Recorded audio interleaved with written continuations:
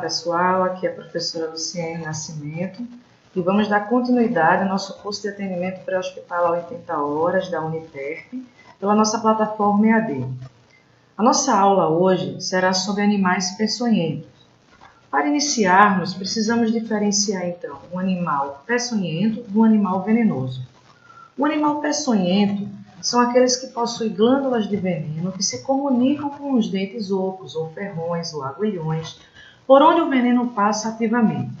Exemplo, as serpentes, as aranhas, os escorpiões e as arraias. Então, eles possuem uma glândula que produz o veneno e tem como desta glândula se comunicar com esse órgão inoculador do veneno, a qual vai ser projetado o veneno na vítima desse animal peçonhento. Já o animal venenoso é aquele que produz o veneno, mas ele não possui um aparelho inoculador. Provoca o envenenamento quando eles são comprimidos, exemplo o sapo, pela compressão, pelo contato, como as largatas, e por ingestão, exemplo o peixe baiacu. Então a diferença básica é: animal venenoso e peçonhento, ambos possuem veneno. Ok. O que diferencia é que o venenoso não possui um aparelho inoculador para inocular o veneno na sua presa. E o peçonhento ele tem sim esse aparelho inoculador para poder envenenar a sua vítima. Ok? A nossa aula vai ser sobre animais peçonhentos. Então nós vamos falar aqui sobre animais que possuem aparelho inoculador para provocar o envenenamento. Iniciamos então pelo acidente ofídico no Brasil. O acidente ofídico no Brasil ocorre por 4 tipos de acidentes. O primeiro acidente é o acidente botrópico, onde a cobra mais conhecida desse tipo de gênero é a jararaca. Existe o soro antibotrópico em todo o Brasil para combater o veneno desta cobra. Temos também um acidente crotálico, onde a cobra mais conhecida é a cascavel.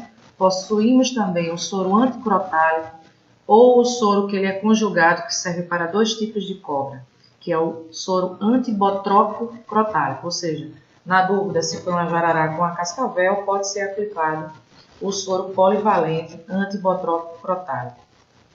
Temos também um acidente laquético, que é a surucucu, onde também possuímos o soro antilaquético para combater o veneno deste tipo de acidente.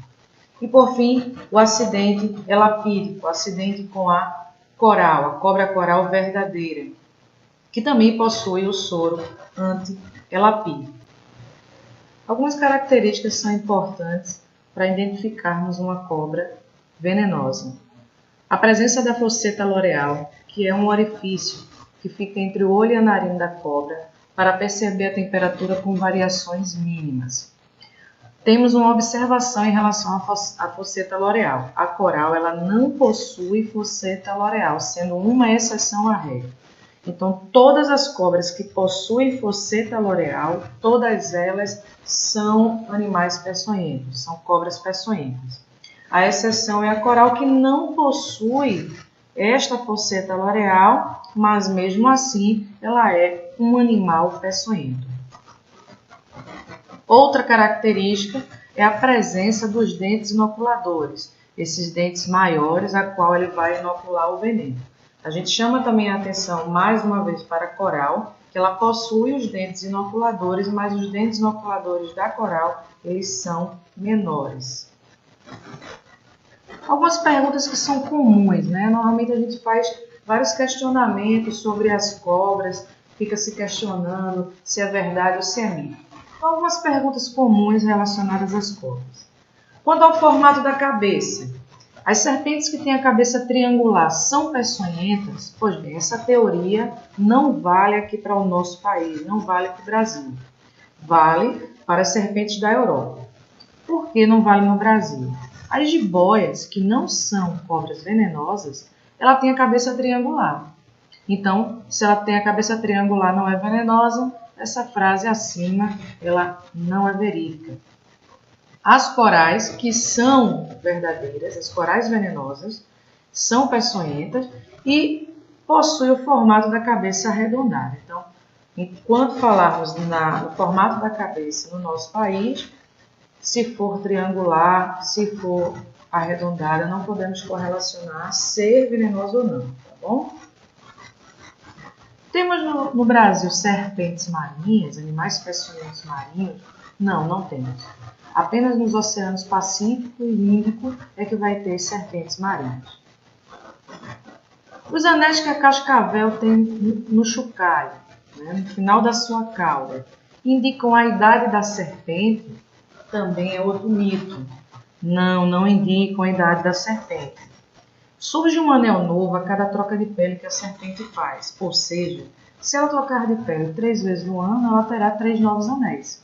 Além disso, a cascavel vive em ambientes secos, com pedras, que também podem causar danos em seu guiso, e assim ela perder algumas partes dos seus anéis. Esses dados vocês podem encontrar no site do Butantan. Essas e mais outras perguntas interessantes a respeito sobre animais peçonhentos. Dando continuidade, vamos então falar da jararaca, o acidente botrópico. Como eu estou falando para você, a jararaca é uma das mais conhecidas cobras desse gênero. Temos outros, como por exemplo a jararacuçu. O veneno da jararaca tem 3 ações: ação proteolítica, coagulante e hemorrágica. Essa ação proteolítica ela vai causar destruição do tecido ao redor da picada e mais próximo da picada neste meio, causando muita dor ao paciente, edema, bolhas e necrose celular, ou seja, morte celular. O sangue inicialmente desse paciente vai apresentar coagulações, microcoágulos, e mais à frente vai ter no paciente focos de hemorragia. 80 a 90% dos acidentes no Brasil são do gênero botrópico, são acidentes botrópicos. Aqui estão algumas imagens das características que fica o paciente após um acidente botrópico. Nós podemos observar na imagem que o paciente apresenta o membro inferior esquerdo dele bem edemaciado, com necrose. Podemos observar melhor aqui nessa imagem, esse pé apresentando necrose. E essas bolhas que você pode observar tanto aqui no pé como na perna do paciente, são bolhas com acúmulos de líquidos escuros, que são líquidos necróticos, líquidos que indicam a morte celular neste local da perna do paciente, do pé do paciente, tá certo?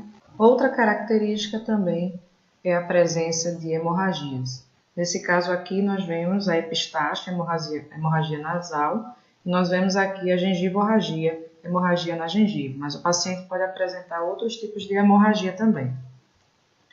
A surucucu é uma cobra que ela gosta de habitar áreas fechadas, clima úmido e frio, então normalmente na floresta amazônica e mata atlântica. São poucos os acidentes da surucucu que nós temos no Brasil, normalmente os acidentes são na região amazônica. Essa cobra ela tem ação coagulante, proteolítica e hemorrágica, as mesmas ações da cobra botrópica, né, no caso da jararaca, do gênero botrópico, acrescentado com ação neurotóxica.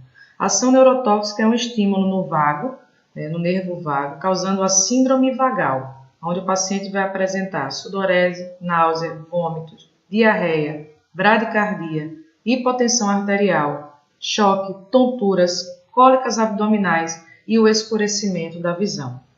Próxima cobra, cascavel, que pertence ao acidente crotálico, tem como ação do veneno a neurotoxina, miotoxina, nefrotoxina e também a ação do veneno coagulante.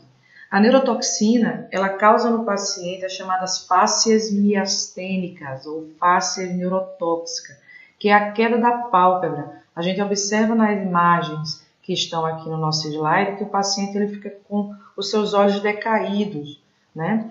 É bem parecido com uma face de tristeza, tá bom? Então essas faces neurotóxicas que a gente está vendo nas imagens é por conta da neurotoxina, da influência da neurotoxina da ação do veneno da cascavel.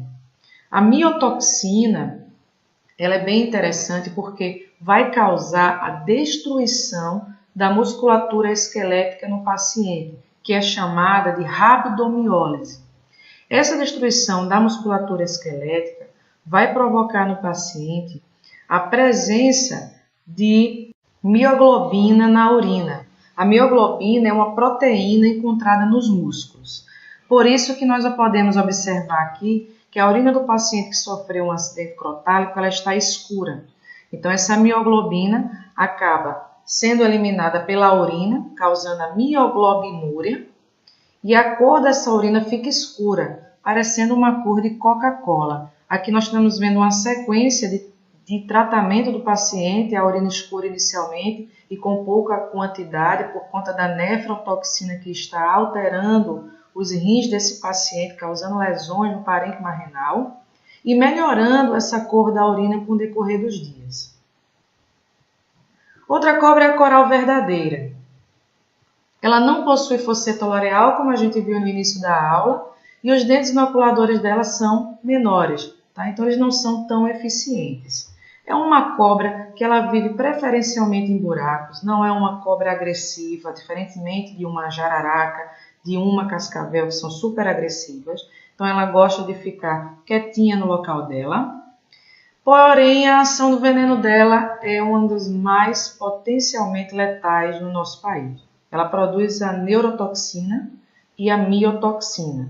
Então ela vai produzir no paciente, da mesma forma que a cobra que nós vimos anteriormente, aquelas faces miastênicas, a destruição de musculatura, porém a ação do veneno da coral ele é muito rápido, então pode levar o paciente a um óbito com pouco tempo, havendo casos e relatos de óbitos de pacientes em média de 40 minutos após o envenenamento por conta da paralisia da musculatura respiratória, causando no paciente uma parada respiratória e logo depois uma parada cardiorrespiratória.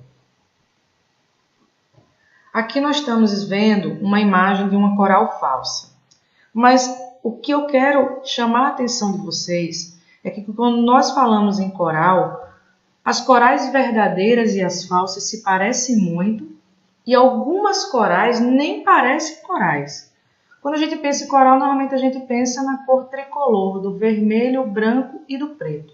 Observamos aqui nas imagens que nós temos corais que elas estão preto e branco na maioria da parte, como essa, com poucas pintas vermelhas, ou essa daqui que nem o vermelho a gente observa, tá certo? Essa daqui que o branco é trocado pelo amarelo, e esta aqui, por exemplo, que não temos o vermelho. Então, chamo a atenção de vocês que quando observarem uma cobra que apresenta coloração, vocês não queiram chegar perto, porque pode ser uma coral verdadeira, e, por enquanto, muitos estão pensando que poderia ser uma falsa, pela característica de ser tricolor, tá bom?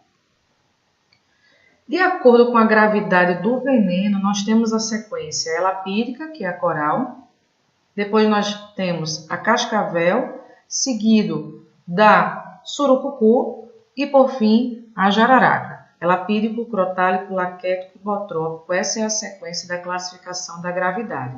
O bom é que o acidente que mais ocorre no Brasil é o botrópico. Ou seja, 80% a 85% dos casos no Brasil que acontecem é de acidente com a jararaca, que é classificado como o veneno de menor letalidade. Porém, gente, todos matam, tá bom? É só uma questão mesmo aí da gravidade de cada veneno, mas todos eles são potencialmente letais. Vamos então agora falar um pouquinho das nossas aranhas. No Brasil, nós temos a aranha armadeira. E essa aranha é considerada mundialmente, é considerada pelo Guinness Book a aranha mais venenosa do mundo. Ela produz ação de veneno neurotoxina e também cardiotoxina. Nós temos também no Brasil a aranha marrom, que é considerada a segunda mais venenosa do mundo, e ela tem ação parecida com a ação da jararaca, ação proteolítica, hemolítica e coagulante. Vamos ver aqui uma imagem da evolução de uma picada marrom.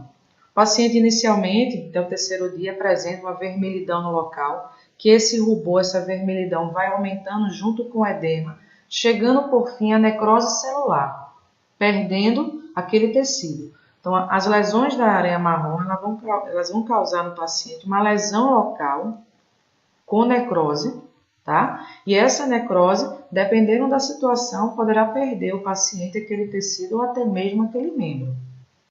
A viúva negra, que tem ação do veneno neurotoxina central e periférica, vivem próximo em áreas litorâneas e encontra-se em nosso país, no Brasil.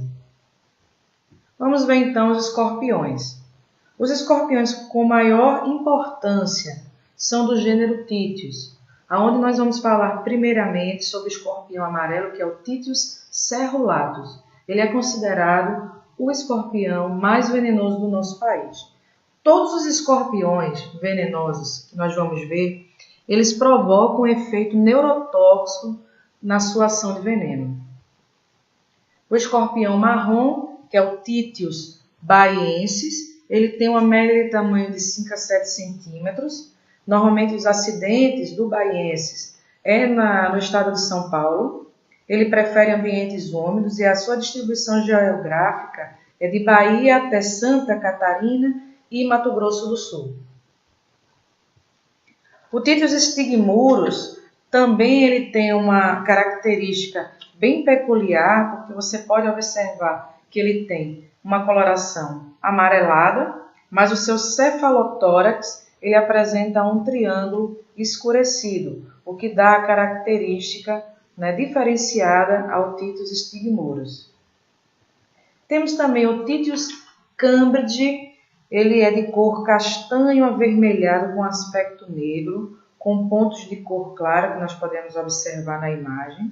A sua cauda e sua pinça são mais longos e ele vive exclusivamente no nosso país, na região amazônica. E o Titius trivitatus, que ele é amarelo escuro, apresenta 3 faixas longitudinais negras, podendo haver pequenas variações de cor. A distribuição geográfica para esse tipo de escorpião é do Rio Grande do Sul, Paraná, Mato Grosso do Sul, Goiás, Minas e Rio de Janeiro. O atendimento às vítimas acometidas por animais peçonhentos, tanto como nós vimos, escorpião, cobra e aranha, seguindo pelo protocolo do SAMU 92, é o seguinte: realizar avaliação primária e secundária, oximetria de pulso, administração de oxigênio por máscara facial em altos fluxos, se a saturação de O2 for menor que 94%, manter o paciente em repouso absoluto. Isso é de suma importância, gente. O paciente que ele deambule, que ele se movimente, ele estimula a absorção mais rápida do veneno. Lavar a ferida com soro fisiológico e cobrir com curativo estéril e seco. Obter descrição, imagem ou o próprio animal, se ele estiver morto e acondicionado em dispositivo fechado e protegido. Realizar contato com a regulação médica. Aguardar a orientação desta regulação médica. Considerar a transmissão da imagem do animal e da lesão para o centro de intoxicação da sua região ou para a central de regulação que você está entrando em contato. Não devemos fazer em hipótese nenhuma torniquete ou incisão. Nós vimos que temos ações de venenos que estimulam a destruição de células. Se eu faço o torniquete, eu propicio um aumento da ação do veneno naquele membro, matando mais rapidamente as células daquele membro, o que porventura pode até causar, mais na frente no atendimento desse paciente no hospital, a necessidade de uma amputação. E a incisão que ocorre também não devemos realizar, pois vimos que tem ações de venenos que causam hemorragias. Podemos causar no paciente uma hemorragia nesse local e ele vir apresentar mais à frente complicações como choque hipovolêmico. Não devemos também realizar a sucção do ferimento do paciente com o intuito de retirar o veneno. A gente não vai fazer essa retirada do veneno, certo? Vai acontecer a absorção e poderá até mesmo acontecer complicações para o próprio indivíduo que está fazendo essa sucção com o contato com alguma gotícula ainda do veneno. Também não devemos colocar substâncias sobre a ferida, tá? Então nada de colocar pasta d'água, ovo, pó de café, manteiga, nada disso deve ser colocado em cima do ferimento. A gente precisa lembrar de uma coisa, principalmente no acidente ofídico. As cobras possuem na sua dentição uma quantidade enorme de bactérias, até mesmo a bactéria que causa o tétano.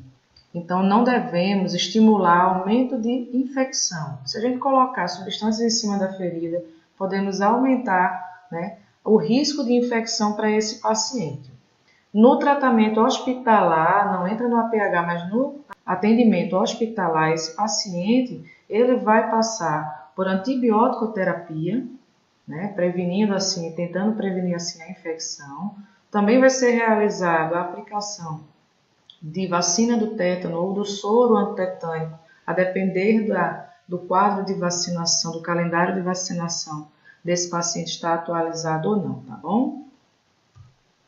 Então, bem, pessoal, dúvidas? Qualquer dúvida pode tirar conosco. Terminamos mais uma aula. Vamos agora para a próxima. Um abraço. Tchau, tchau.